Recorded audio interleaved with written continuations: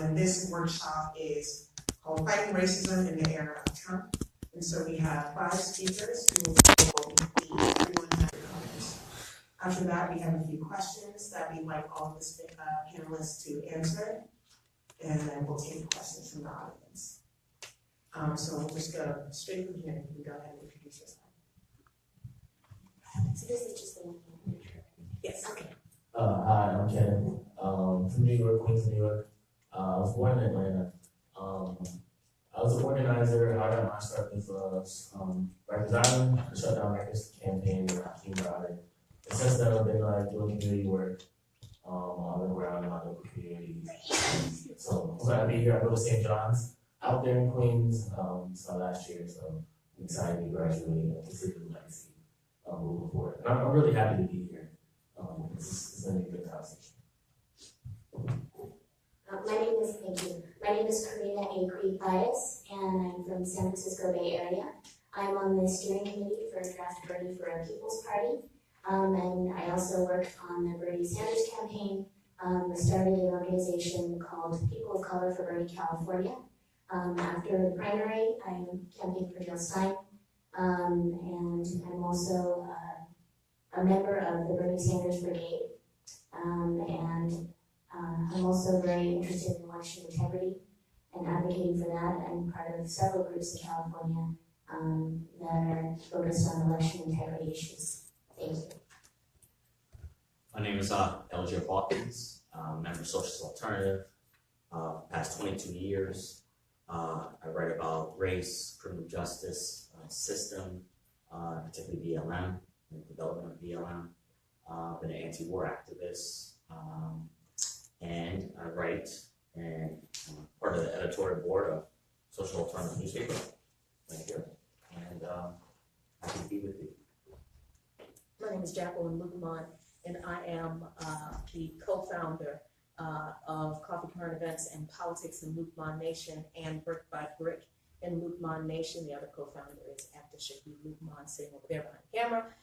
And I've been active in politics and activism on the citizen side, I think, for probably, 20 years, from the participating in the anti-apartheid protests and participating in the massive protests for gay rights and for AIDS funding, and just about everything in between, the anti-war protests. I've always been engaged in community actions. I was a member of my community's Orange Hat Patrol or Neighborhood Watch group for years and years during the height of the crack era. Worked closely with our local police department, and just recently started using social media to advance issues that we don't see getting spoken to a lot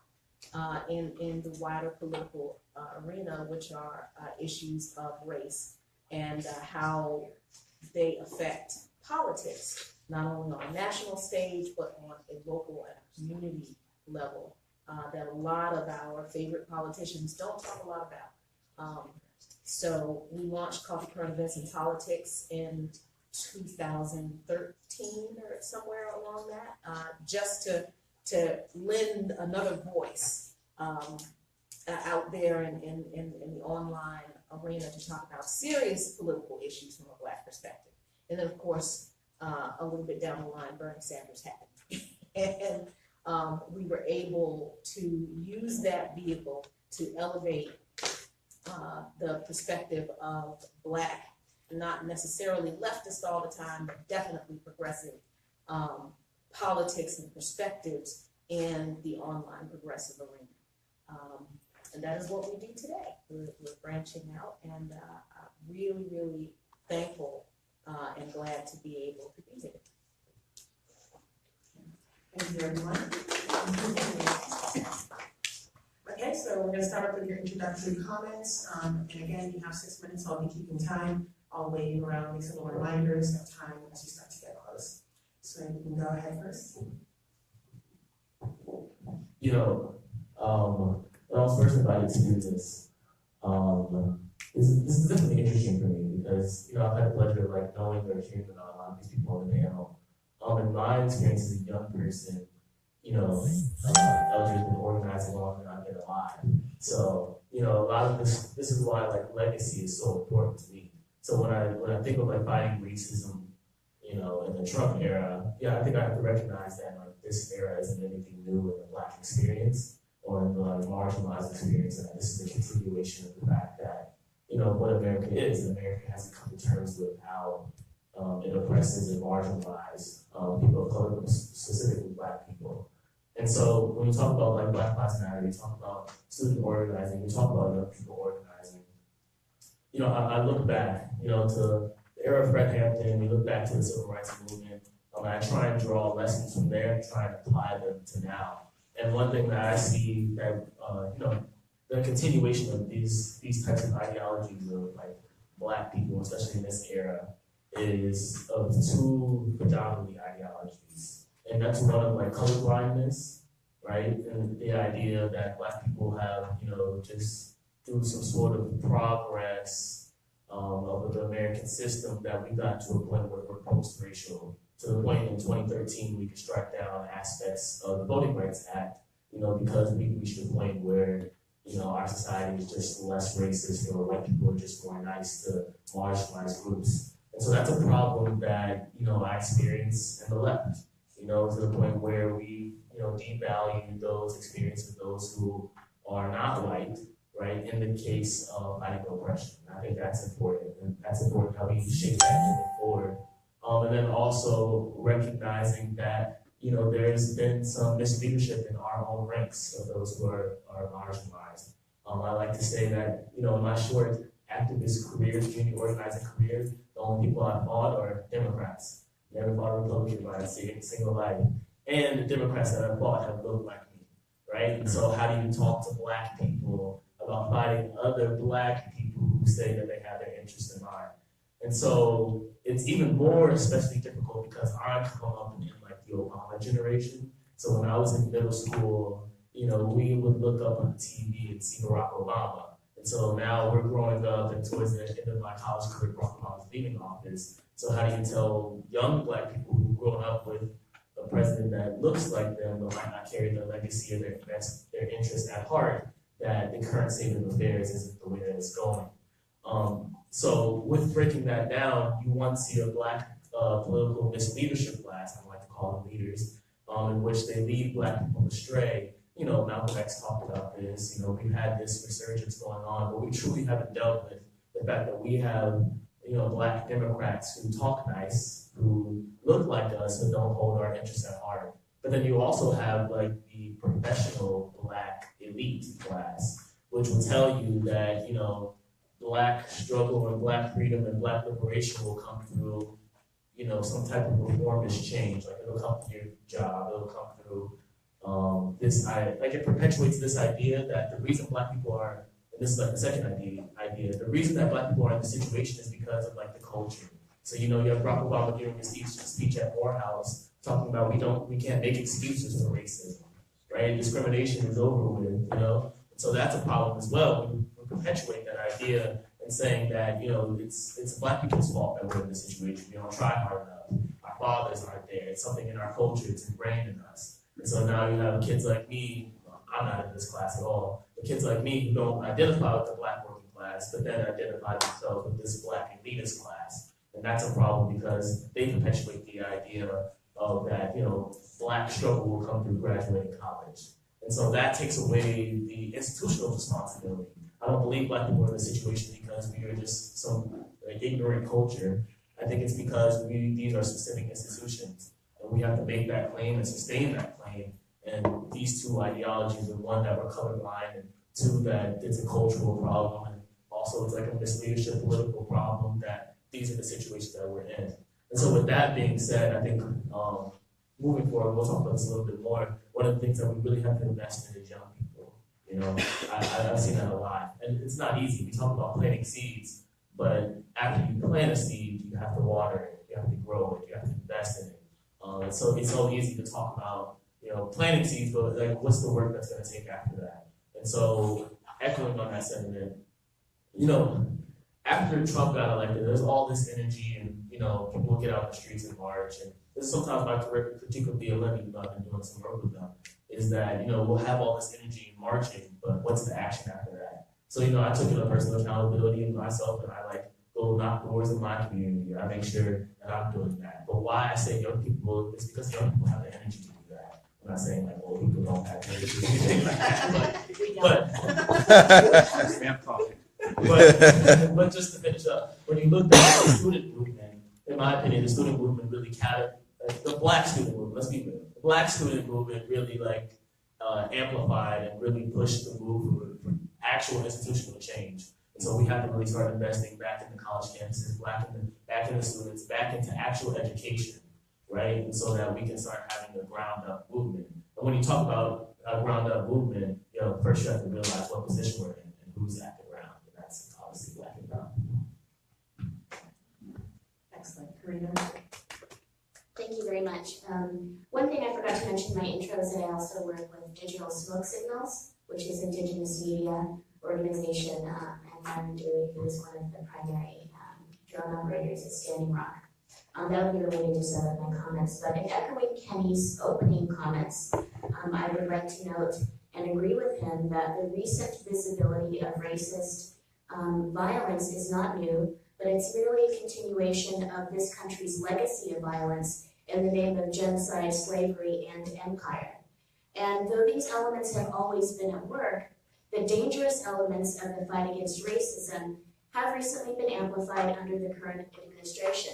However, we must also recognize that this deep resentment and hatred, anger, and bitterness are as American as apple pie and have been around since this country was founded.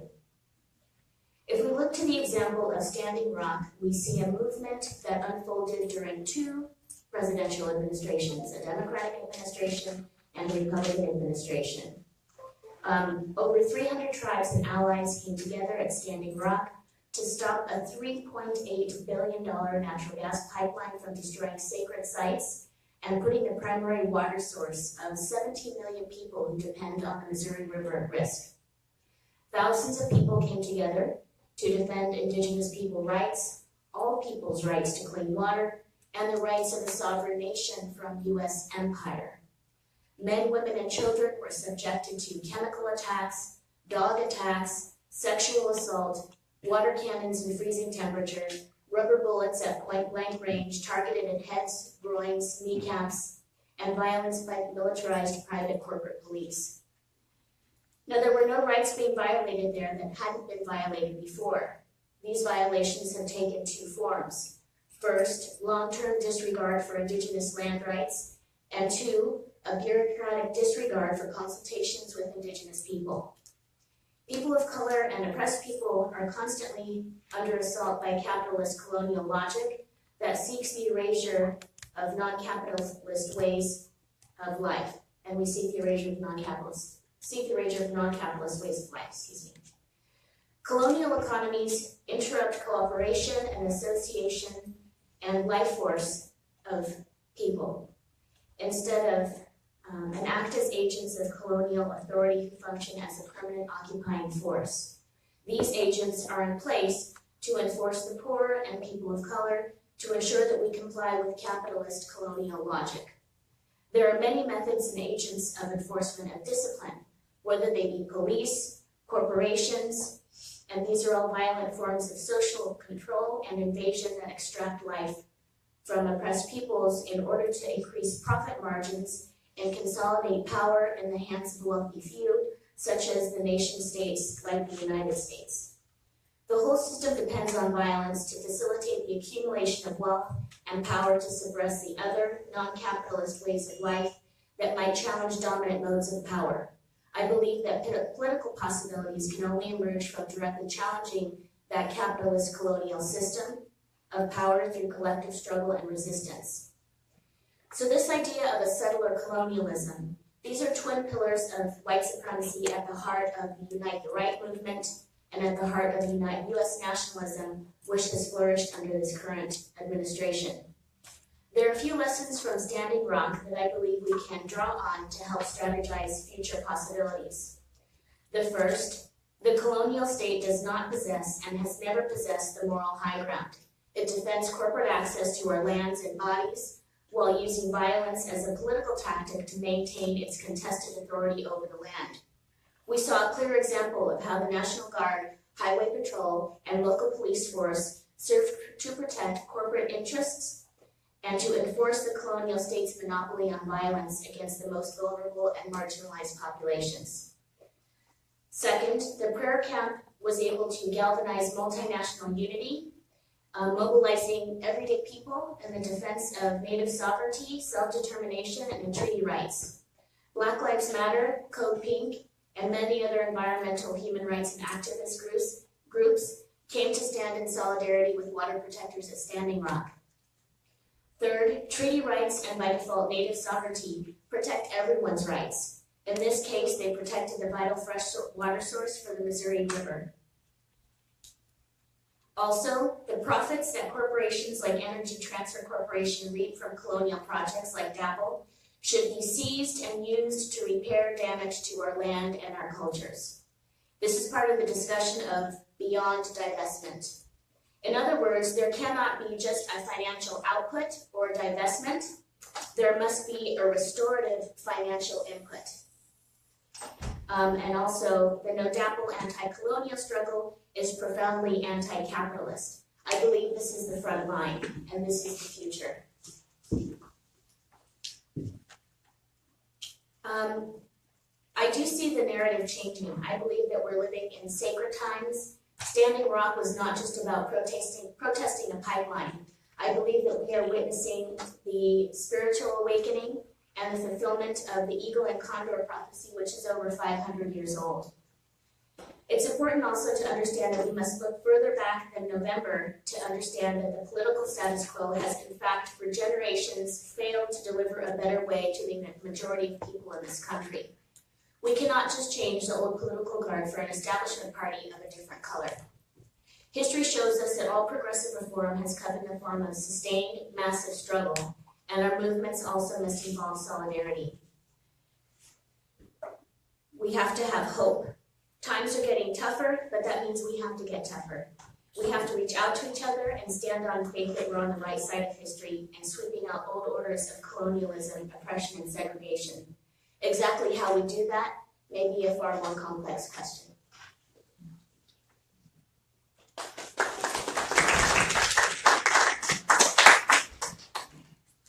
Oppression at different stages depends on the development of the productive forces.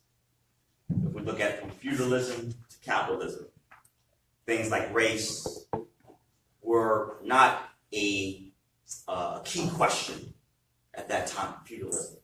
Certainly, with the advent of capital, it does become a new mode, not just of oppression, but in fact, of taking surplus labor from human beings in a violent way.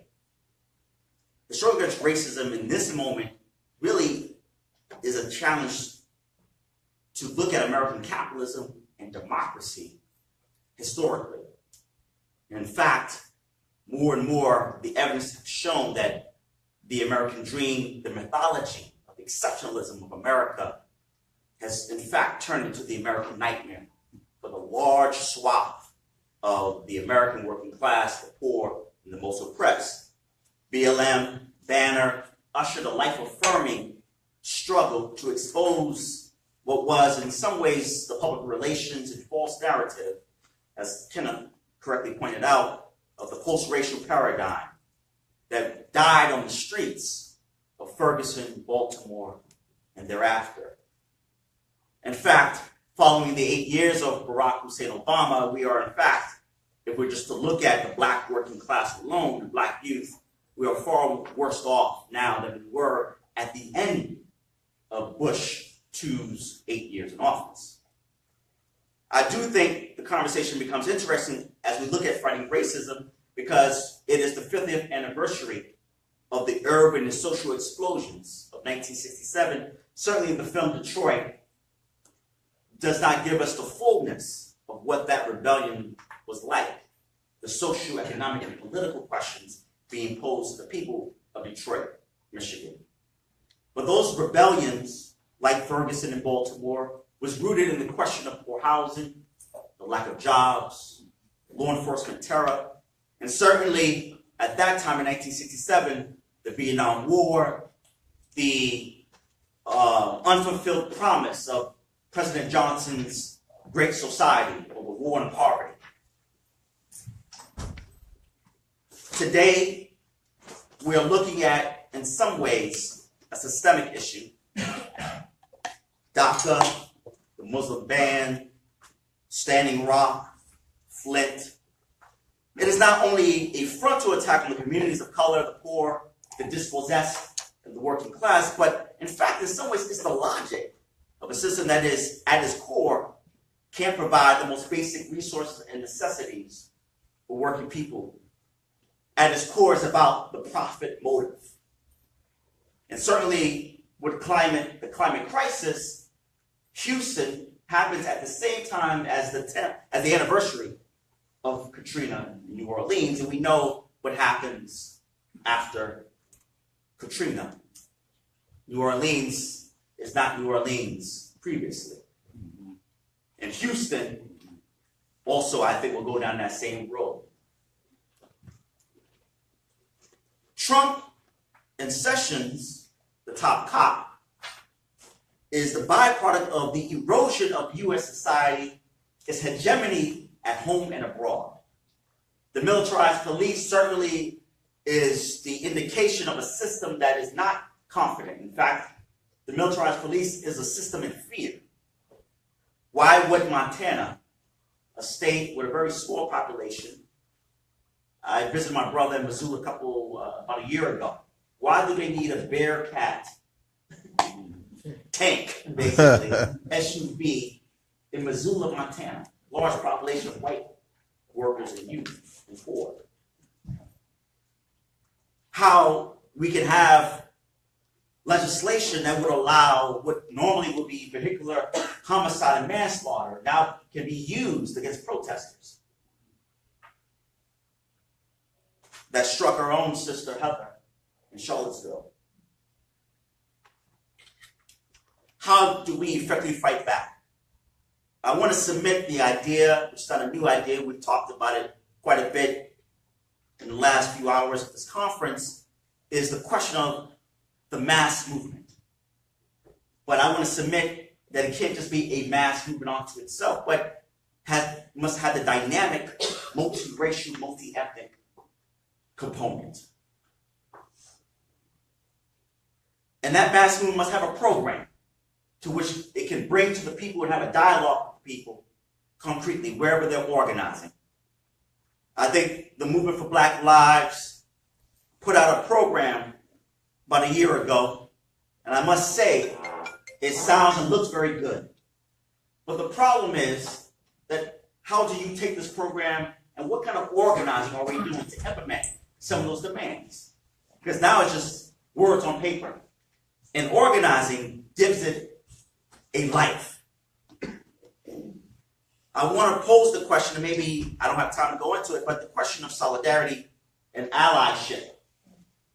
I'm of the mind, I believe in solidarity, actually, and the common struggle and common reality that we face under capitalism. Certainly, what black folks, what queer folks face will be different, certainly, without question, in their relation to capitalism. But we know that the system thrives on the fact of divide and conquer. And we must end the abusive relationship with the two-party system, particularly the Democratic Party. We are in an abusive relationship. And we're making excuses of why we should stay in that relationship. My final point is the ideas of socialism, actually, particularly in this struggle against racism and oppression. It's starting to take root in a number of communities, particularly communities of color, alongside other ideas, certainly, of how to struggle and how to fight back. But I think Trump and the system of capitalism has opened up a profound moment in the possibility of doing a type of different organizing in order to push back, but also to fight for systemic change at home and abroad.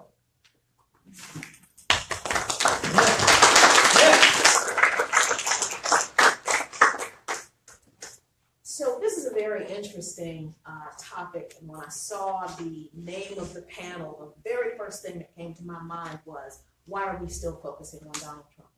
Because Donald Trump is seriously not the problem. Not in this country, not on the issue of racism, systemic, institutionalized throughout our entire culture, top to bottom, from where you shop to what you watch on television to what you put in your mouths. Racism is at the very foundation of everything that is absolutely terribly wrong that we need to fix in this country.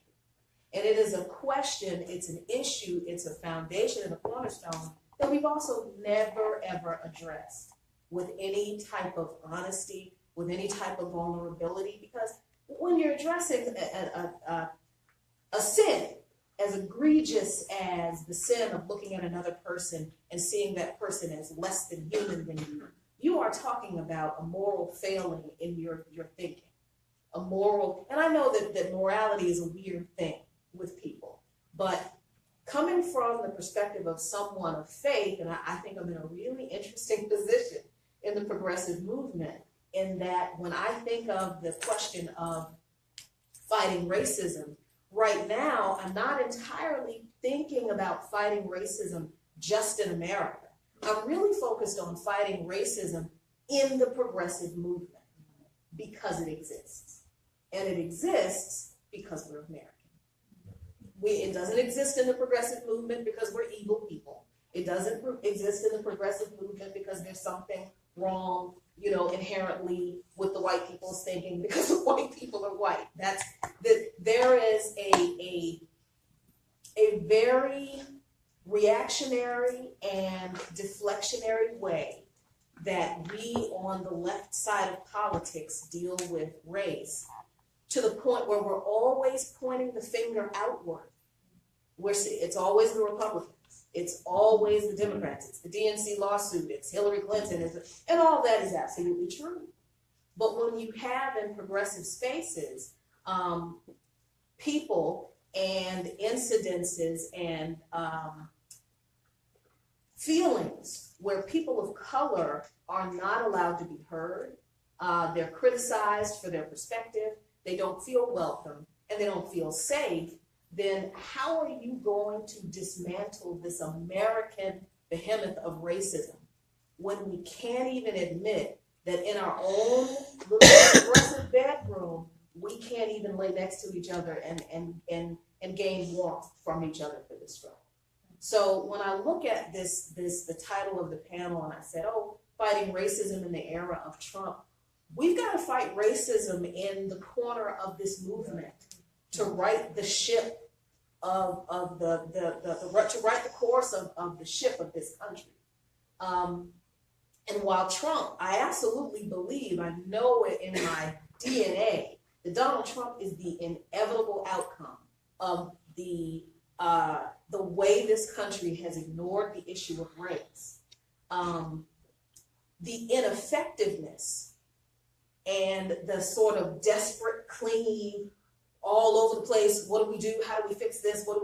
That kind of desperation that we see, that we experience. I know it's not just me. It's not just me. In the progressive movement, that's a result of this too. That's a result of us not addressing our own demons in the progressive movement. Because let's be honest, we're all supportive of unions. We know that unions are the backbone of strengthening American workers. But how many of us on the left will admit that unions were at one time incredibly racist? And many unions would not admit Black people. So even for the struggle for workers' rights in this country, Black workers had to fight against the people who were supposed to be fighting for them too.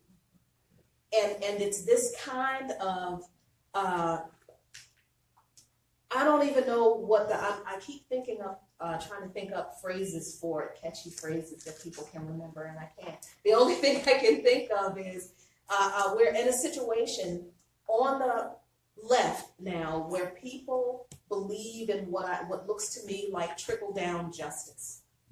right? Remember trickle down economics? Remember that lie where, if you let all the rich people have everything they wanted, then they would get so much and the market would be, would recognize the needs of everyone else who didn't have as much, and the people would get what they wanted. It would just naturally trickle down.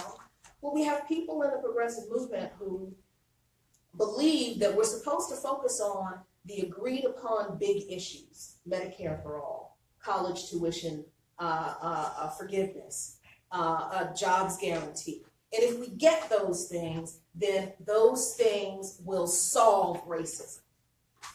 And that is an incredible fallacy, and it is a dangerous one, because there is nothing that addresses racism anywhere in the world, but especially not here. There's nothing that addresses and corrects racism other than confronting and correcting racism.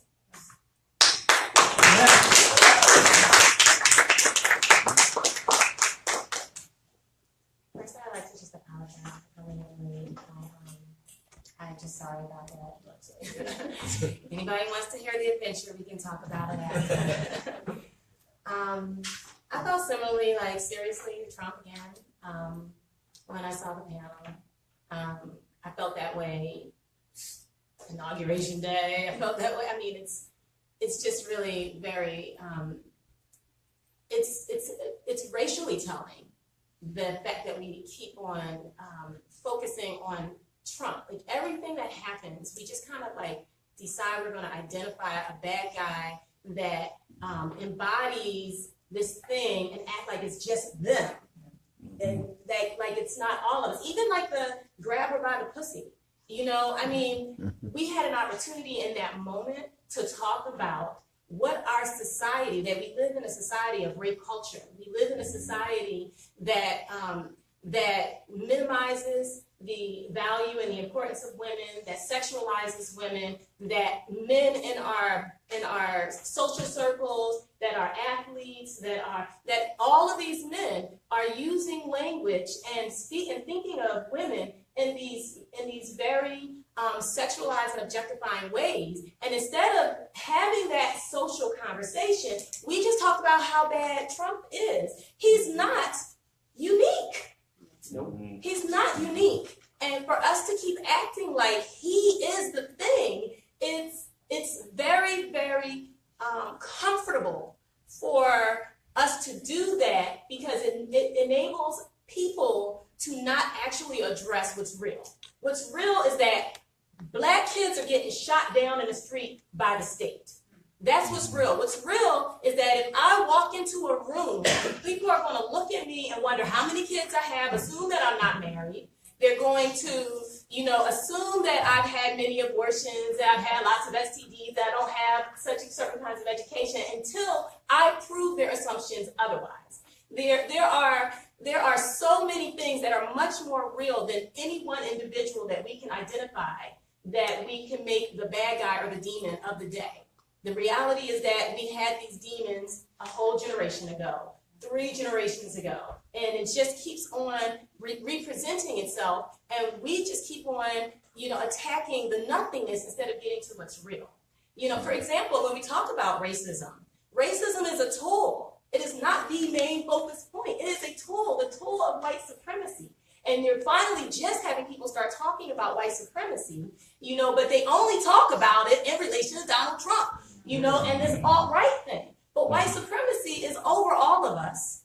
White supremacy is the main guide, or the main overarching, is the umbrella that supports the capital interests of the oligarchs. And racism is the tool that is used in order to maintain white supremacy and oppress everyone, regardless of their race, unless they fall within a certain capital or economic range. And that doesn't mean that we should not think about race and only think about capital, because that's another thing that people keep doing that is really, really so irritating, is trying to claim that we should not be thinking about focusing on the issue of race. but that instead that we should be just focusing on class, right? And the whole reason that class is able to continue to exist and be perpetuated is because of the tool of race. So you cannot separate. Go ahead.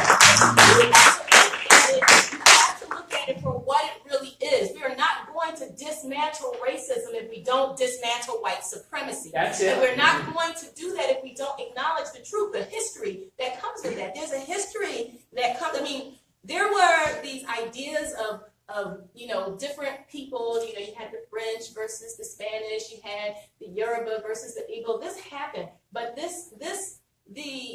system that runs the world right now is a system that has taken a created idea, this idea of race as like a real genetic differentiating entity that really determines that these people over here in this area that are white are extremely different than the three of us here genetically, right? That is a construct. And so that construct was created intentionally in order to help those who were wealthy keep wealth and hoard resources from all of the rest of us. And we keep buying into this idea of race and separating ourselves from each other and focusing on things that don't have anything to do with reality so that we don't actually get to have and keep the things that belong to us, our dignity, our humanity, our connection, our land, everything that matters. They take it all and we give it to them and we don't fight for it because we're so busy worried about things that are constructed. Even the money is a construction. It is a way that they lock away all of the resources so we don't get to have the things that we were born entitled to. So I think that we have to really get to that basic reality of what is really going on in humanity, how we're really truly connected, and how we're and not ignore the fact that we have these relationships with each other based on race. We can't say, well, race is a construct, so we'll just ignore it. We have to recognize that people are still being treated different ways, that there's a history that certain people have, but we have to remember why it's there. We have to begin to teach differently about race and that idea, and we have to understand white supremacy. We have to separate ourselves from these racial connections and reconnect to our humanity first. And that is the move to, and understand that history, that's the move to actually countering racism, in my opinion. Woo.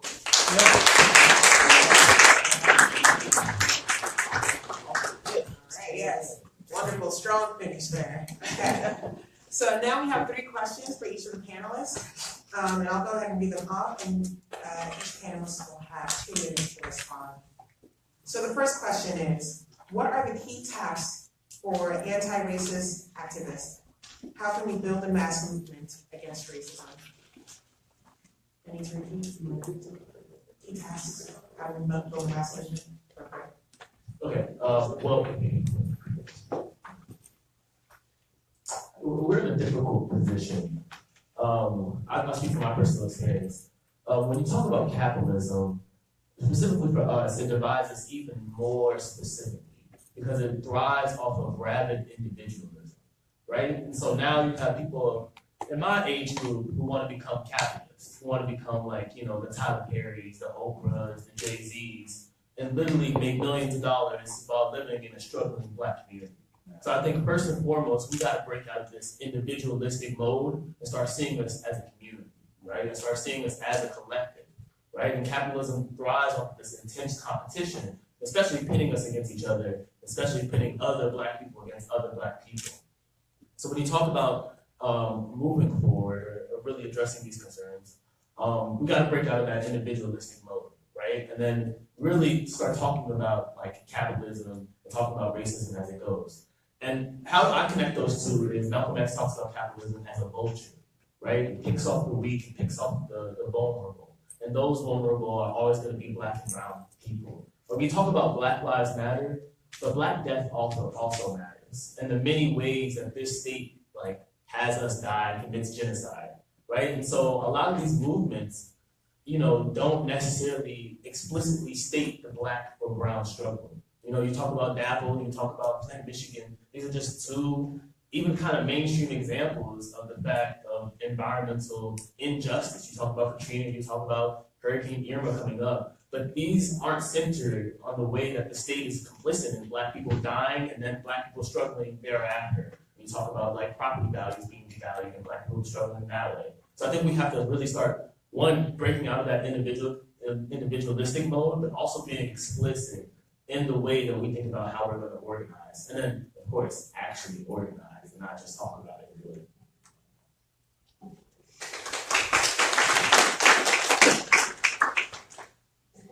I think that one of the questions that, or one of the ideas to examine that is key to identifying tasks for anti-racist activists is, of course, organizing. But I will bring up an issue that I think, and I will speak to some degree from personal experience. As Jacqueline also mentioned, there are a lot of dynamics that go on within the quote-unquote left that can serve to hinder our ability to develop a massive, sustained movement.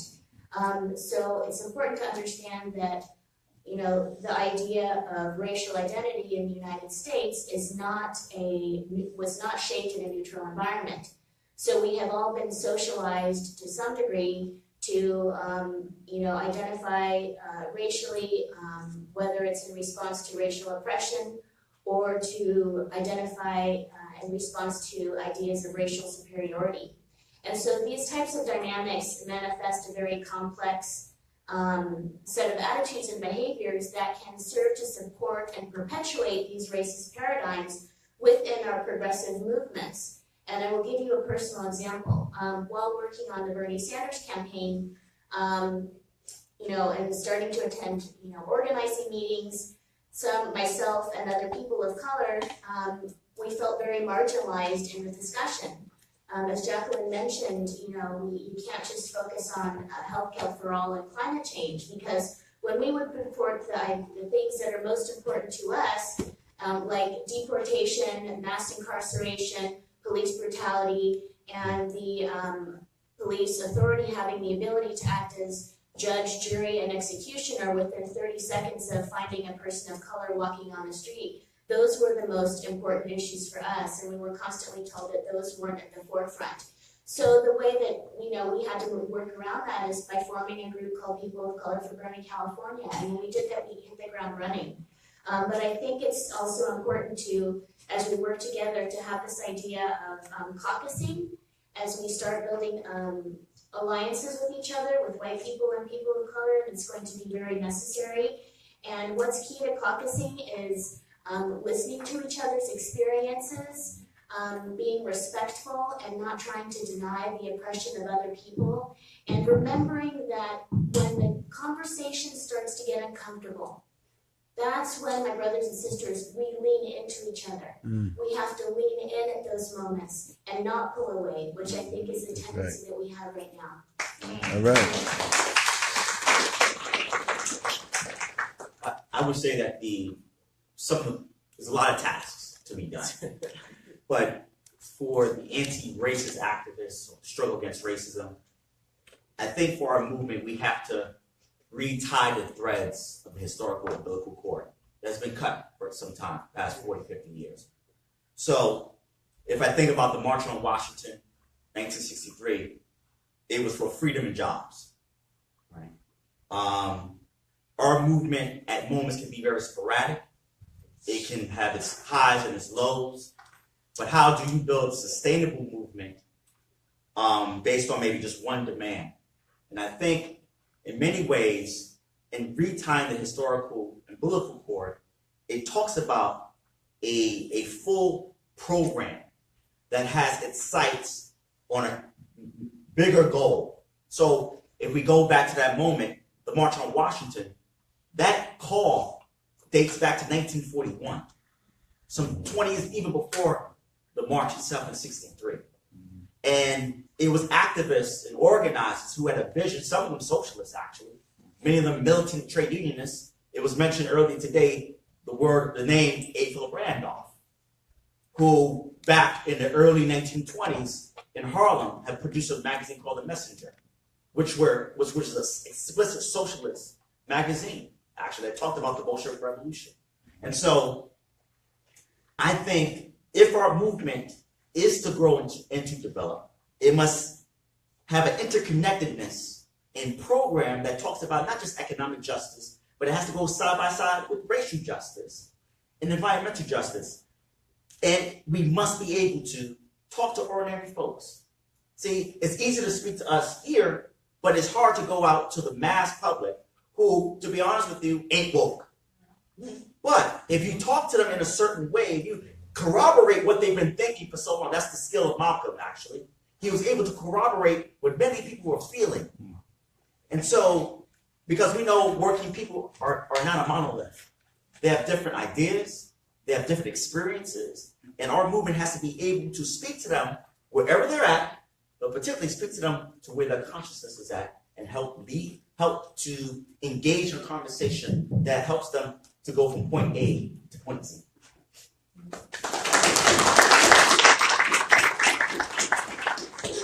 One of the things I'm loving about hearing what everybody else has to say is the emphasis on history.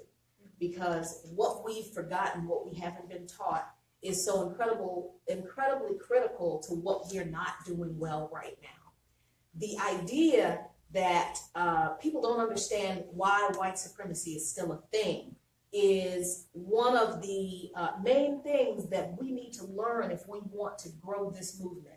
We have to, the Black Panthers' model for organization was education, organization, and then mobilization. We can't change this system if we have no idea what we're changing. So to understand why white supremacy is still so effective, you need to understand that it's not lazy Black people who are supporting white supremacy. It's not Black people who vote for Democrats who are supporting white supremacy. It's not even racist white people who are supporting white people. It's everyday white people who are probably well-meaning and wonderful and nice, who continue to vote for politicians, who espouse policies that continue to reward people with the least amount of people with the most stuff, while screwing the rest of us and using race as a reason to keep doing it. It's regular middle American people who continue to support politicians and policies at every level of government, even on your school boards, even in your sheriff's offices, who will use dog whistle phrases and may not say anything overtly racist, but their policies and their practices disproportionately affect people of color who are mostly poor. And it's people who sit back and say, well, that's not me, so that's not my problem. And that is why white supremacy is still a thing. It's because we support it.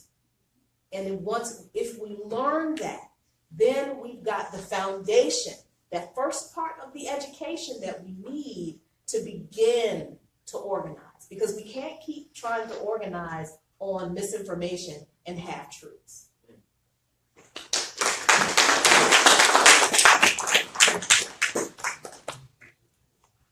So I'm going to just throw out a couple of things and just stick with you for a second. Of course, we need to kill the alt-right. We also need to kill the left.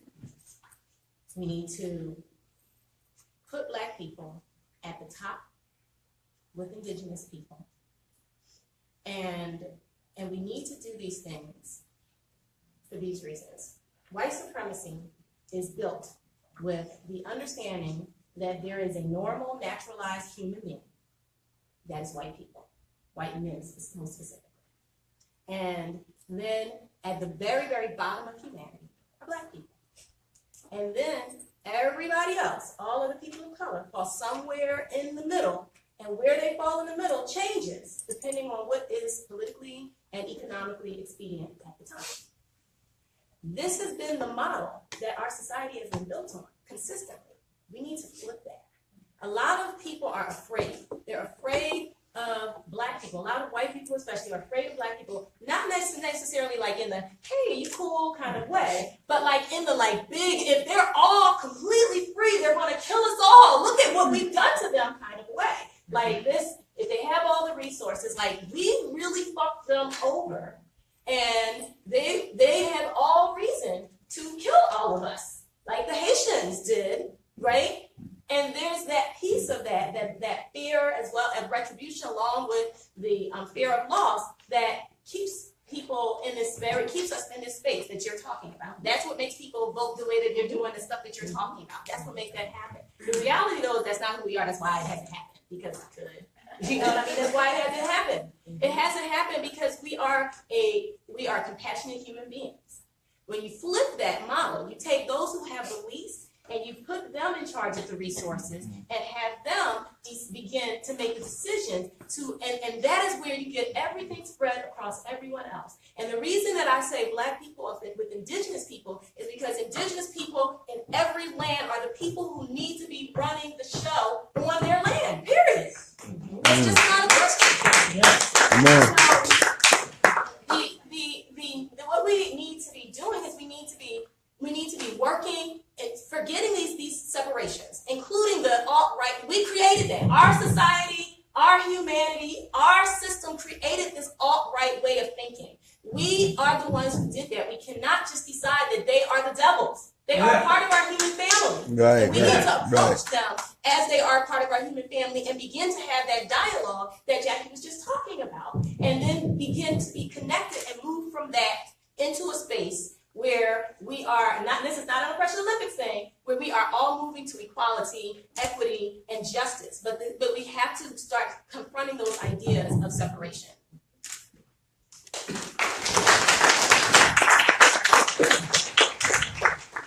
Thank you. And sorry for having to tap the mic without seeing a little bit time without being teary. Okay, so second question. Was Charlottesville a turning point in U.S. politics? And what lessons should we draw from it and the events that have happened in its wake? Ooh. So I'll look at this question, and then I feel like if I said yes, I'd be doing injustice to all the turning points that we've had, or all the many awakenings that people of color maybe have had over the years. But I'll say yes if you use it the right way. It might be a turning point in like a typical establishment way of like now talking about white supremacy is cool. I mean, look, the status quo, the establishment wants to get back to the status quo. So what they'll do is they'll use talking about white supremacy to actually look like they're engaged in the issues and solving them. So I think in this point, we have to use Charlottesville as an opportunity to get rid of the traitors, right? To get rid of the people in our communities that are like, you know what, I've been out here fighting for Black people all my life. Like the Andrew Young types, and all due respect to what's been happening. But then I would get up there and say, well, Black militancy, they're just cowards. And that our real goal is just redemption and not justice. We really need to start having these conversations in our community about those who lead us astray. And also presenting alternatives. I think we have to start really coming up to people and saying, look, these socialist identities and these policies are within our communities. It's about bringing those out. And sometimes we have to actually get out there and talk to people, like Eldridge said. We have to get out there and actually engage with people about this stuff. Charlottesville is nothing new for people of color. It's nothing new specifically for Black people. This has been going on a long ass time. But it's time for other people to start confronting this as well and embracing this as like an American thing, not just a Black or brown thing. But moving forward, with Charlottesville, addressing white supremacy also means addressing it on the left as well. Like, for example, in New York City, white supremacy, the biggest white supremacy statue is Rikers Island. So you can't talk about white supremacy as just those Republicans or those as Trump. Like, Trump is just a manifestation of the American context. So we have to use Charlottesville as an opportunity to really push, not for a status quo, not to go back to the days of Barack Obama, to push for justice, socialism, freedom, jobs, all the legacy that we've been fighting for, and push for that to continue moving forward.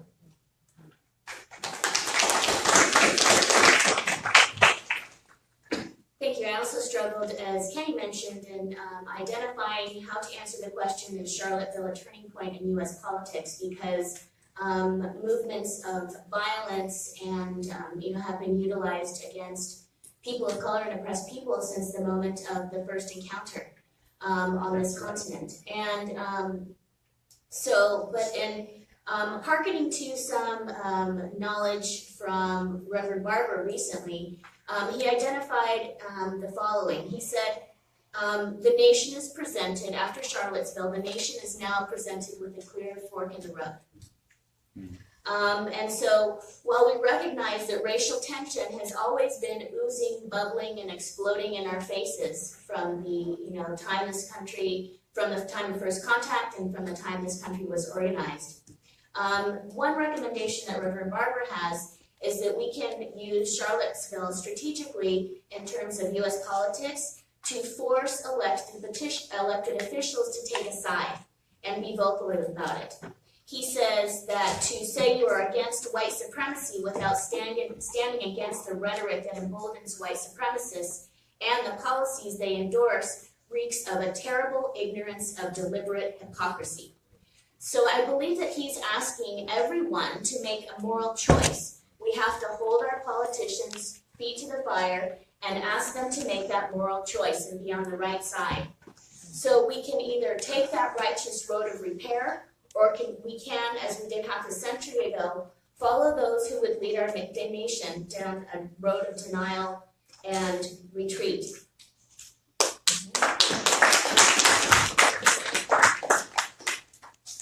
I just want to touch on the question, and I don't really have a lot of time, but I want to deal with another question that was just posed. See, I think Charlottesville, in my mind, allows me to go back to Du Bois's Black Reconstruction text, right? And this whole idea of whiteness.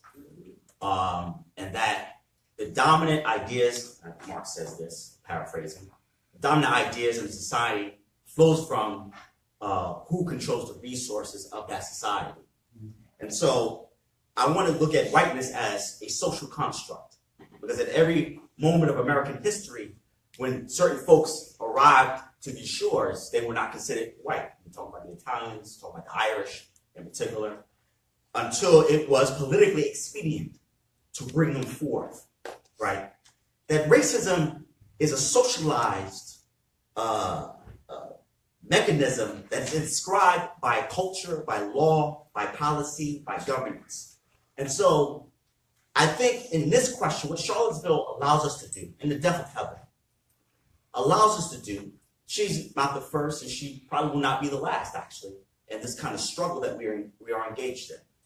But the vitriol that I saw on social media about her death, I think in many ways does not allow us, our movement, to begin to say, we must have real talk about the history of racism, but also we must talk about the question of how do we take on this monster that we know as capitalism.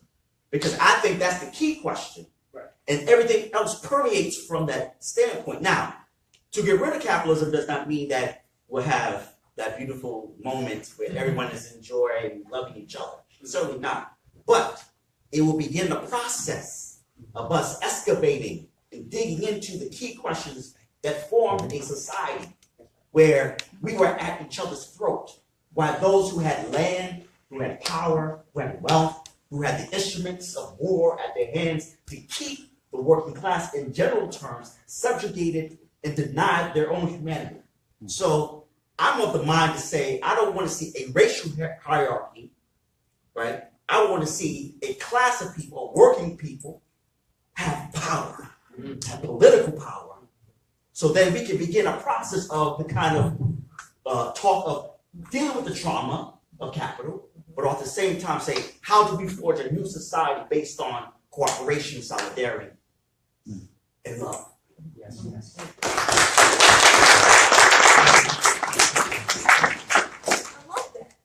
I love that. I really love that, because for the past few months, been embroiled in this bizarre online brouhaha that happened before Charlottesville, and it's actually related. It's actually connected. It is all connected. Because the way people on the left, even us well-meaning progressives, see race and the way our thinking is flawed was exposed when Charlottesville happened. We saw it before then, and I have to add a personal note here. When Erica was organizing this conference, and she made it intentional to make spaces for Black people, the pushback she got from people who were already in this organization, in PIP, was appalling.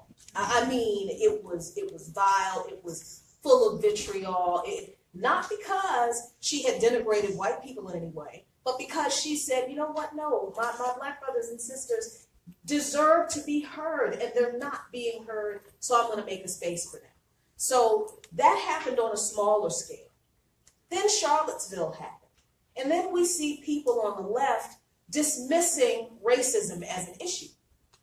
So the lesson for me that came from Charlottesville is it a turning point in American politics? Yes, but in the perspective that it is a turning point in leftist politics, that it exposed who our allies and our comrades really are and who they really are not. And if we want to be successful in any measure, as a movement, we cannot ignore, and I know this is kind of mean-spirited sounded, but I don't care at this point because people's lives are on the line here.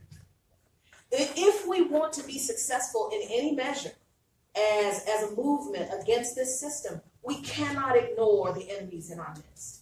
People who will look at the oppression and the violence against a group of people because of who they are. I don't care whether they're Black, I don't care if they're gay, I don't care if they're natives. If you can look at the actual violence that you see and say, well, it's a Soros-backed plan to distract us from healthcare, and actually believe that, spread it on social media, and you don't challenge it, you are letting these people put people's lives in danger. We can't afford that. We cannot afford that kind of political immaturity that we've seen in the Democratic Party, that we definitely seen with Republicans. We can't afford that. Not if we want solidarity. Not if we want solidarity.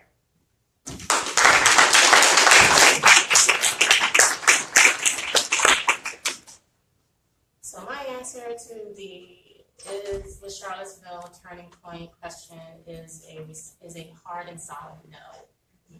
I do not in any way see it as a turning point. I see it as a perpetuation of what has been going on, as was said, but in every way. What happened in Charlottesville, the fact that people are raising it up as unique is in and of itself a representation of the fact that it's just the same thing that's been going on. You know, I mean, the reason that Black Lives Matter began to exist was because of incidents of racism, you know, and violence against young people of a certain race. You know, it's nothing new, and people acting like it's something new that's what's perpetually happening. But in addition, the fact that what we get is that we have people that are in certain positions, media, politics especially, that take whatever's going on and they use it. There are people who are going to figure out how to make money off of Charlottesville. The same way that people figured out how to make money off of all of the crime that was happening in LA and mass incarceration came around. You know, I mean, this is what happens. This is just the beginning of an ongoing process. It would be a turning point if there was new conversation, but there is no new conversation. It would be a turning point if people weren't just, you know, talking heads, but then moving, but we're going beyond that to actually making a difference. All of the protests, like when Trump was elected and we protested all over the place, but no new homes were built, no new mouths were fed, no less children getting murdered, or adults, grandfathers, you know, I mean, nothing is changing unless we actually move from this place of ideology into a place of actual practice. And, you know, and to the point that the brother, what's your name? Kenny. The point that you made, we do need to do some coon hunting. You know, we need to, because we can't that's right. We cannot afford to have people, you know, and for anybody who doesn't understand what that means, you know, a coon is a person who puts the larger oppressive community above their own community and just kind of like, placates to that. And, and people like in our community that are examples of that would be people like maybe Steve Harvey or like Charles Barkley. Right, yeah. So we need to actually be having, in our communities, we need to be taking responsibility for that. We need to be calling those people to the forefront, and we just have to take control. And I know I'm like way over my 30 seconds. I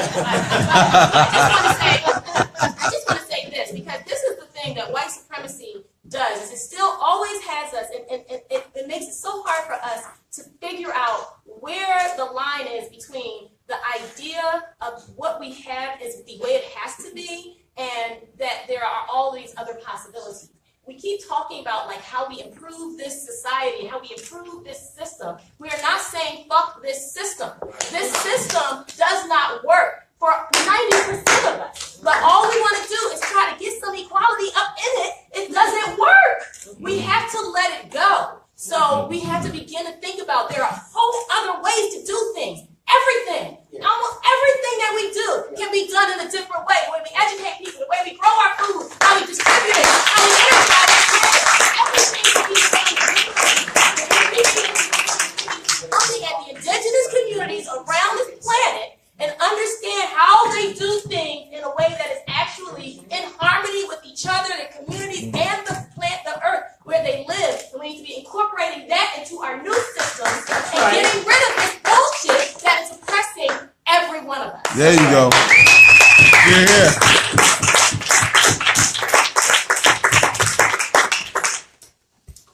All right.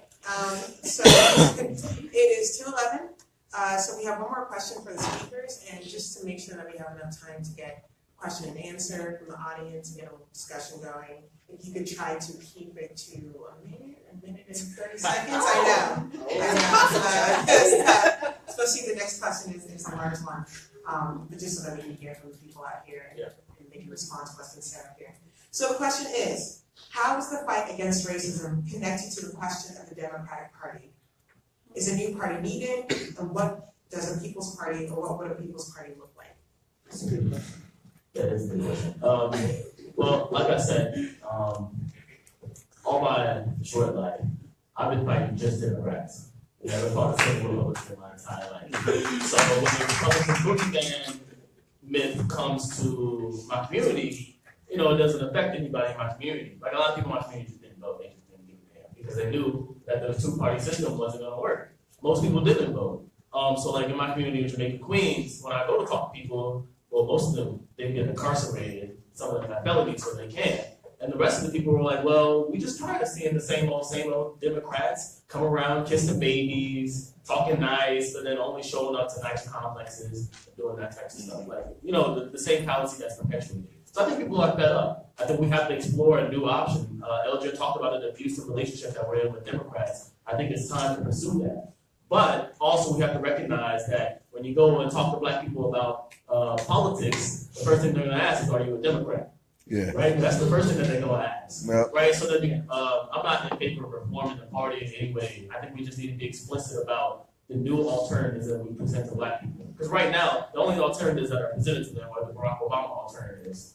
Sending your taxpayer money to go bomb children in the Middle East, or sending your taxpayer money to build new, improved prison systems, or sending your taxpayer money to reform police departments. And so I tell this to all my radicals. If you think that you can reform police departments, how do you think you can reform the Democratic Party? We need to really, like she said, start realizing ourselves outside of these institutions that we're created, not to serve us and never to serve us. And so when you think of a people's party, you really have to just start with the people, right? The Democrats that are in office right now, the elites, the people who are on your community board, they're not indicative of the vast majority of people that are where you live. And so it has to start with them. But specifically, in my case, it has to start with young people. Young people have all the energy. Young people will get out there knocking doors. Those conversations have to start. It shouldn't be to the point where you graduate college and now you're starting to realize that, the 13th Amendment was just a fallacy. Like, it shouldn't start that late. It should start a lot early.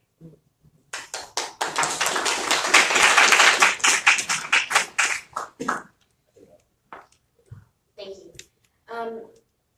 So on the question of how racism is connected to the question of the Democratic Party, I would put forward an example of how the Democratic Party has strategically utilized racism and the idea of race when it is opportunistically. There were KKK rallies going on while Barack Obama was president. Okay, they didn't just suddenly resurge when Trump was elected.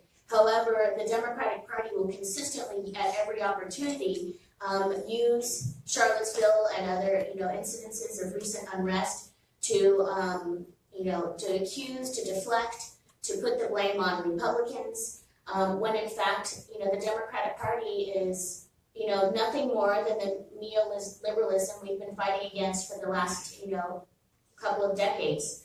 I think that what would a new People's Party look like? It would look like an alliance that is not afraid.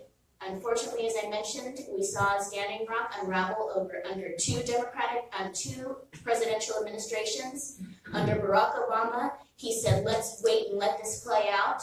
Meanwhile, a woman's arm was blown off, and the 2 weeks succeeding that, people lost their vision, and we saw massive violence and abhorrent acts of racial hatred involved under a Democratic administration.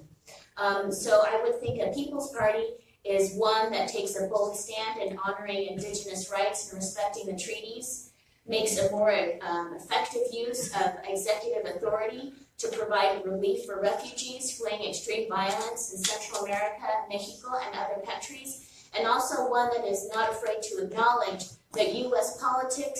policies, economics, and trade policies are the ones that have created these massive, violent, dangerous situations in other countries that cause these people to escape their countries and come to the U.S. There is a difference between immigration and forced migration. Also, of course, we touched on the idea of taking a bold stand against police brutality, mass incarceration, and instead of dumping more resources into the prison industrial complex, we need to repair our communities and put the money in there.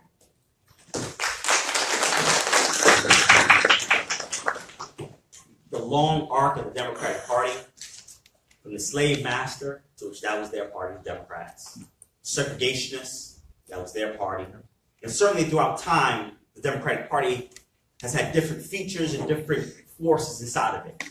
You could have a strong Thurman on one side, an arch segregationist, and then have people like the very famous, and his name is not escaping me all of a sudden, you have populists inside the party at the same time. And certainly it is a monolith because it is a neoliberal capitalist party. But I think the way this new party will develop, a People's Party, will come out of splits outside the Democratic Party, particularly those of the Bernie Crack types. They will find frustration and anger and say, we can't do this no more. We saw that in the DNC down in Philadelphia. And so a new party will come out of that kind of process. It will come out of events. I'm reminded of how the Black Panther Party was founded.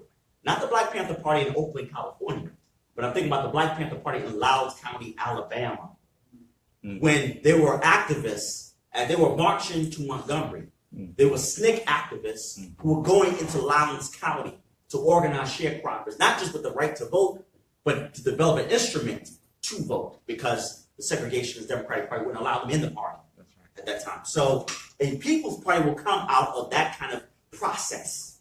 We're seeing it now. That's why we're here at this conference, Draft Burn. A new People's Party will have a new political paradigm. Its program, but also specifically around this question. It will have to center and put a special appeal.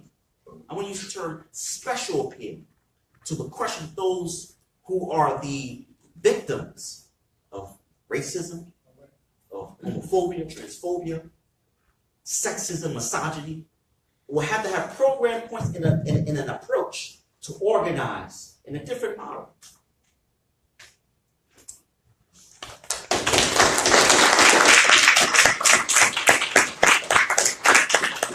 So throughout the entire 2016 election, I spent so much of my time, my precious time that I can't get back, trying to explain to people who wanted to vote for a particular candidate why she was racist. And when you have a political party, and when I talk about politics, I almost never talk about the Republican Party when it comes to racial issues, because that's obvious. Isn't that so obvious? So why would I waste our time with that? No, we need to focus on, we needed to focus on the problems with the Democratic Party. So we needed to spend that time talking about the crime bill. And we needed to spend that time talking about the Welfare Reform Act and the Telecommunications Act and all of those other horrible policies that came out of the Democratic administration, that came out of third way politics, where the Democratic Leadership Council crafted a plan to throw marginalized people under the bus so that they could win back the votes of middle class white America. That was a plan. And Bill Clinton was the embodiment of that plan. And his wife was the co-president in chief. He said that when you give me, you get 2 for 1. And he meant it. So I spent a whole lot of my time talking about the racism in the Democratic Party to white people who didn't believe it. And then when I told them, they still didn't believe it. So, okay, that's fine. I can't tell you what to do with the information, but here's what I know a People's Party will look like if we really want a People's Party. Do you know how the Mormons recruit people into, do you ever wonder how the Mormon church continues to grow? Do you ever really wonder, you know how they do it? They go into disadvantaged neighborhoods and they meet people's needs. They talk to people, and if they're hungry, they buy them groceries. Mm-hmm. If their kids need school clothes, they buy their kids school clothes. Mm-hmm. Every group of people who wants to build an apparatus for power for the people, they actually go out and they talk to the people. That's how the Black Panther Party did it. They fed people's children. They clothed people. They gave people shoes. And if we're not willing, as people who claim we want to build a party of power for the people, if we're not willing to, until we get to that model that we're all working toward, if we're not willing to meet the needs of the people we claim we want power for, we'll never get it. Because we're never going to get the support from the people who we want to vote for these politicians who we think are better than the ones that we have.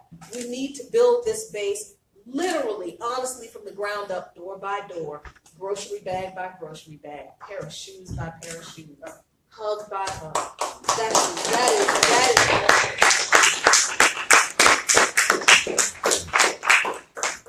What was it again? No, when? July. So in July, there was a bunch of people in the Green Party who got together for the annual national meeting. And an incident happened that many people found upsetting. It was an election, there were multiple black candidates, but black candidates were elected, and pissed people off. And, so a whole group of black people who were caucusing were connected with the Indigenous Caucus and the Women's Caucus and the Lavender Caucus and marched on the fundraiser. The Latinx Caucus was the first that stood with us. Marched on a fundraiser. They shut the fundraiser down and demanded that that board that was elected unseat, and people who were on that board volunteered to step down in solidarity and move this process forward, because regardless even whether or not those particular candidates should have been elected or not, it was a moment that triggered and reminded everyone of this white supremacy, racial, reality that we deal with everywhere we go. And definitely everywhere we go, we deal with it, right? What's happened since then is that the whole party is kind of like, tell us, take your time, figure out what needs to be done, and move forward. Take a lead on helping us to address this issue that we know is in our conference, this issue of white supremacy and racism in our community. What I want to know is when you're going to see the Democratic Party do something like that. Stand up and say, have white people say, you are right, we have been racist in our organization. I'm stepping down in solidarity with you. I'm not really sure what we're doing right here, but I'm with you in the fact that we've got to do something better than what we've been doing. And we're supposed to be representing that, and we haven't been representing that. That is what happened in the Green Party. And I want to mention this because I know there's all this talk about new parties and all that, and people can do what they want to do. But it is not an easy thing to get up in this machine and build something and have all of the things that you need, the information, the understanding of what the system is like, and actually make inroads and get it done like that. Now, if everybody wants to have another 20-year process for getting a party up and running, and then once your party is up and running, watch the shores be gone, then, do it that way. But I don't think we have time for that. I really, really encourage people to take much stronger looks at the Green Party, because they're here and they have already got things established, and the Green Party wants our behinds to take it over. It wants the activists to take it over. It wants people of color to take it over. That's it. This is the truth. I say that from being in there and from standing in front of all these white people and saying it was my plan to secretly take you guys over, but then I realized that that's what you want, and they're like, yes, that's what we want. Please take us over. They built it and kept it open, so when this moment arrived, we would have a place to go. That's where I personally believe we need to go. And all the things that people talk about that a People's Party would do, that is what the Green Party is working to do. And all they need is more people's bodies in there to get that done, to help feed people, to give those school bags. They just need more people to help. But that is exactly what the Green Party wants to do.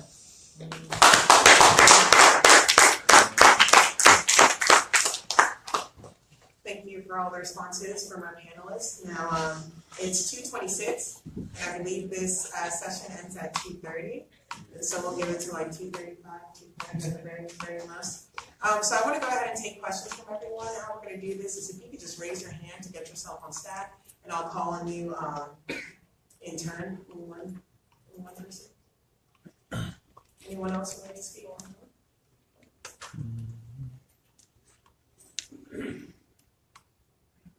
And if you could try to limit your responses to about 2 minutes at most. So I've got 4 people. I'll let you give your questions, and then I'll give any panelist who wants to answer a chance to do that.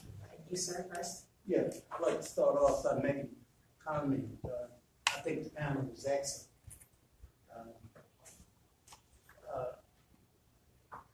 Hubert Harrison, who came from St. Croix back at the turn of the century, tutored Marcus Garvey, and he tutored Asa Philip Randolph. A. Philip Randolph said he was the most intelligent man that he ever met. He rose as the top intellectual in the Black nationalist movement and in the socialist movement in this country. Jeffrey Perry, who's PhD from Cornell, who's a European, a very good person, is getting his work together in the archives at Cornell University. But let me make a comment about Hubert Harrison. He said the black man, he said back then they used Negro. He said the Negro is the touchstone of democracy in America. Do you know what a touchstone is? A touchstone is a stone by which you gauge and judge every other stone. So he would say that you look at the condition of the black people in America, and then that will tell you whether or not there is democracy and freedom in that country. And he said that we were short. And I said today we still come up short. The touchstone meaning that any issue, and some of the panelists talked about it, any issue that we bring up, black people figure into it. The woman talked in the last section about war and the fact that Bernie Sanders has a beautiful socialist domestic policy. But if you read your traditional black intellectual thought and the development, they say it's no such thing as having a socialist domestic policy and not a socialist or anti-imperialist foreign policy. The two go together. Now, and the gentleman here was speaking about the history. I taught U.S. history. Now, when we look at history, and this is a white guy, his name is Theodore Allen. He lived to be 85. He died in the 20s. He wrote a book, The Invention of the White Race. And honestly, if anybody asks me one book that every white person and black person should read, that's the book they should read. He wrote about 3 books. But he spent his life doing research. And he dealt with Jamestown, Virginia, and Baker's Rebellion. Okay, I'm going to end it. Baker's Rebellion is when you had the indentured blacks and the Europeans working together and trying to overthrow the elites. And that was when the notion of race became a social construct. And race was used as a control mechanism. And their idea was not to give the white workers what they need to take care of their families and whatnot, but the idea was to give them just a little more than what they gave the blacks. That's right. Give them just a little more. And this is what we're confronted with today. And it manifests itself in many ways. To me, honestly, a panel like this should be 3 blacks and 3 whites. And the last panel I was in had 5 whites up there and no blacks. No, because someone mentioned it. Any issue that we deal with, we can't just say that we're going to deal with, we want health care, we want this, and don't put black, the race issue is at the central. That's the central problem that we have to deal with, race. And it's not just the people in Charlottesville, but it's the good thinking people who don't realize that. I'll say it again. Read one of your own and see if he doesn't straighten that up for you. Read Allen, The Invention of the White Race. I just want to respond really quickly. I appreciate you so much because I look at my elders. I'll be 50 in October, and I look at my elders. I look at my father, who will be 70. My mother would have been 70, and I recognize where his passion comes from because we realize we're running out of time. We know that we're running out of time. We're running out of time absolutely because of climate change. But see, for people who don't live this struggle, you got to understand. We've heard these stories from our parents. We've heard these stories from our grandparents. This man doesn't want to live to see his children and his grandchildren go through the same hell that he went through and his parents went through. I don't want to see Kenny's generation have to continue to fight this fight. I don't want to see his children that he has have to be in a panel like this at some other political conference 20 years from now battling the same shit. I don't. Yeah, at the end of that. We are so, it is in our ability. We can do this. Not to say that it will ever be perfect, but it damn sure can be better.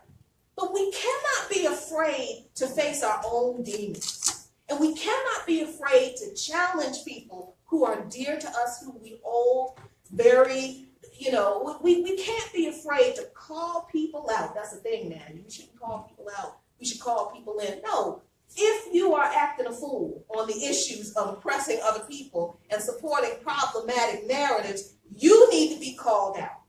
Because none of us have time to continue to toy around with this issue. Because see, now, it's not just us. It's not just affecting us now. Everybody else in America has been like, okay, well, that's too bad for the black people. Oh, that's too bad.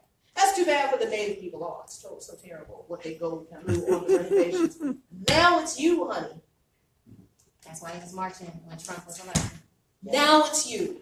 The struggle for black freedom, for black liberation, for Native American liberation, for Latino liberation, for gay liberation has always been the struggle for liberation for every person in America. Because if one of us is not free, not one of us is free.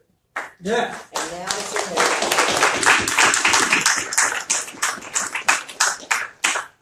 Chuck, next with your question. Yes. Barely. Let's Yeah, just go ahead. just go. Yeah. I was just gonna real quick. So the statues issue has been like a thing recently, even though it should have been a thing 50 years ago. But I guess I was gonna ask it's something where it seems like almost an opportunity for the Democratic Party to come in and like play the hero and champion of racial equality. Like they'll come in and they'll in some places take the statues down. Democratic Party city councils. In Philadelphia, we have Rizzo, who, the patron saint of police brutality.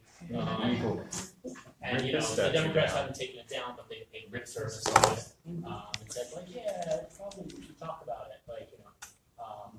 How do we move that issue and the people that are sort of energized around this, even people, I think, like, especially white people who are like, oh, holy shit, like, we still have, pardon my language, like, these racist statues, like, America is messed up, and maybe they should have realized that before, but they realize it now. So like, how do we get those people and move them on to like more concrete issues? Because taking these statues down isn't going to end police brutality. It's not going to fix the conditions that people of color face. How do we get those people that are waking up or becoming woke from this to more concrete? I would say one quick thing.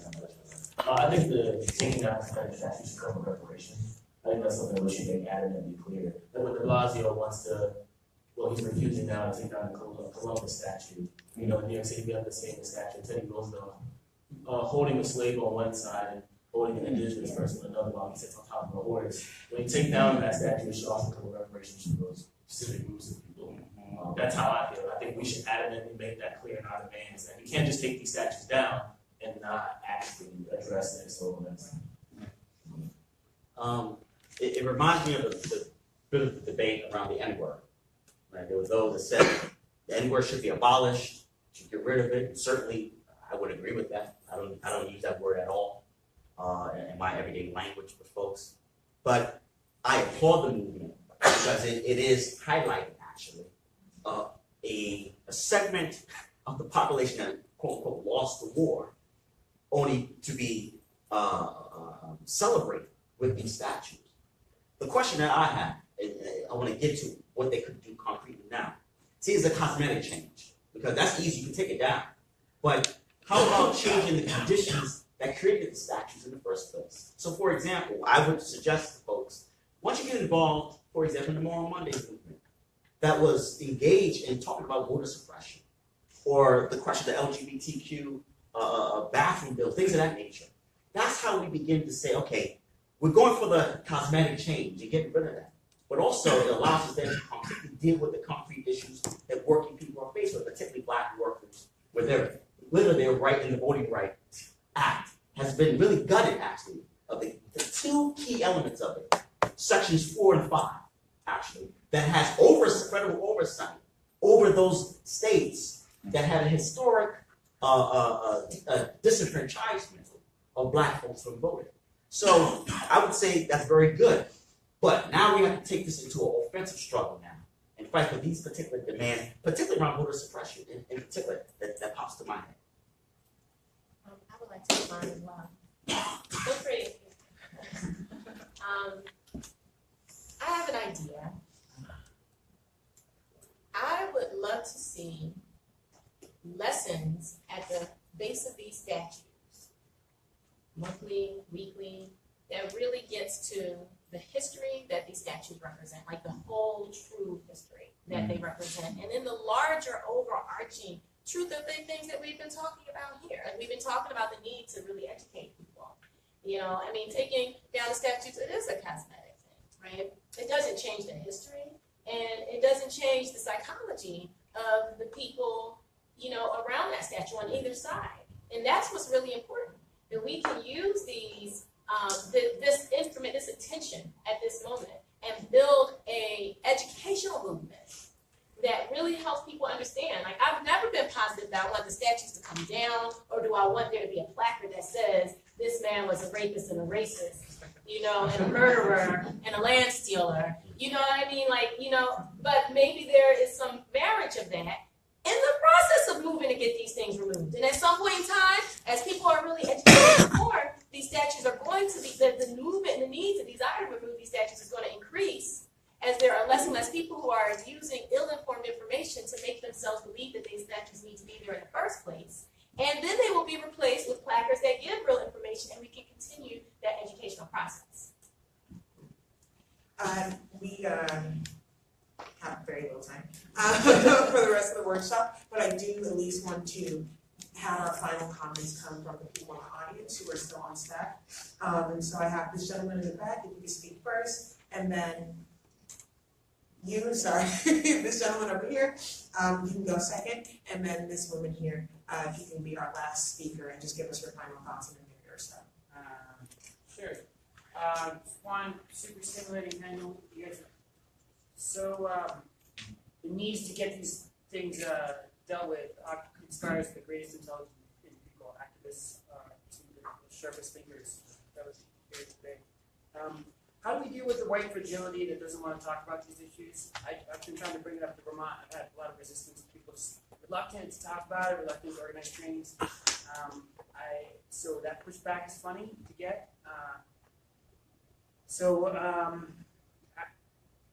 And I would say, how do we also make a big tent for a party that doesn't alienate people? Like, I want to get those working class white people to come into the People's Party, and I want us to have a language that's welcoming, that does demand intersectional justice at the top. We're not going to sacrifice the values, but let's not alienate people with language that's so complicated. I think a lot of the rednecks in the world just don't have pretty language. They don't know how to talk pretty about social justice. And so how do we welcome that in? Not welcome in racist values, but welcome in people who aren't our enemies.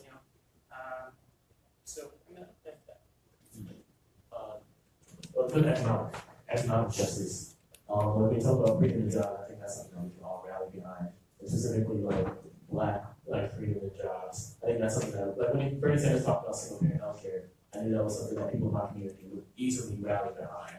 But that wasn't something that people that wasn't something that people talked about as an intersectional issue. I'm sorry, I Yes. didn't clarify, but we just don't have time to respond to the panel. I apologize. Yeah, I really just wanted to know, it's a comment that LJ made about the state of race being in a worse place after Obama than it was after Bush too. And my question, obviously I've left an answer, was why do you think that is?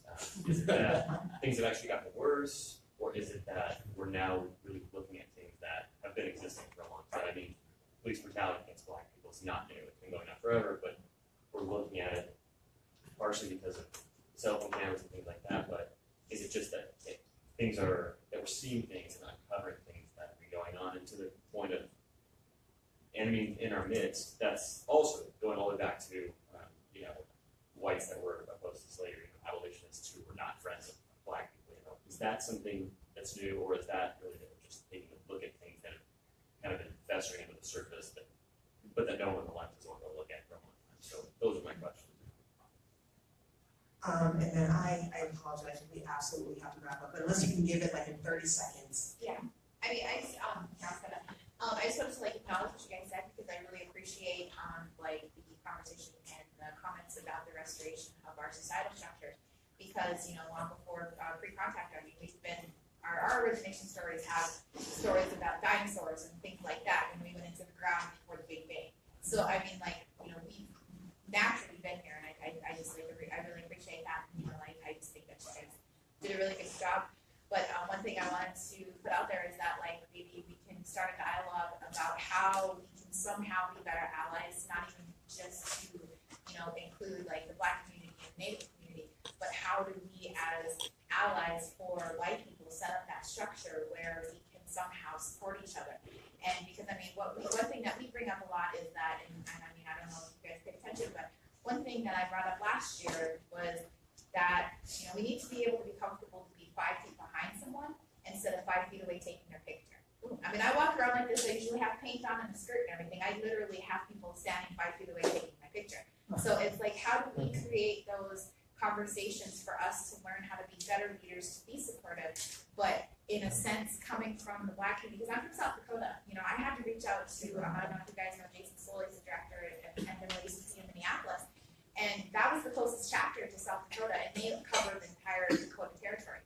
And so it's my request, or maybe we can talk after this or whatever, is how are we able to kind of not only intersect things, but relate to the topics as an oppressed people? Because we naturally want to be allies, but how do we intertwine everyone and be able to communicate better? Because there's still a stigma, because for the country, I'll admit it, we have community members that are part Black and stuff, but at the same time, we don't get to sit there and actually be comfortable with each other. So I just want to be able to sit around and visit with everybody. So I just want to put that. It's not on the schedule, but there is a space for a person of color only organizing spot we've left open for session 5 on Sunday. So if you want to continue that conversation, no one has requested it, it's open. Erica, did you want to say something about ASA? Asa, Lee was not able to be here. He was fighting for justice for a Black man that was shot by the police. He protested in front of his house. the officer was suspended and now he's facing death threats and they've released his address. So it was not advised for him where they would know where he is. So if you know Asa, gives me goosebumps. I just like to say I wish please think of him, reach out, and he's putting his body on the line, as it already is as a man of color. But please support him and fight him on the position.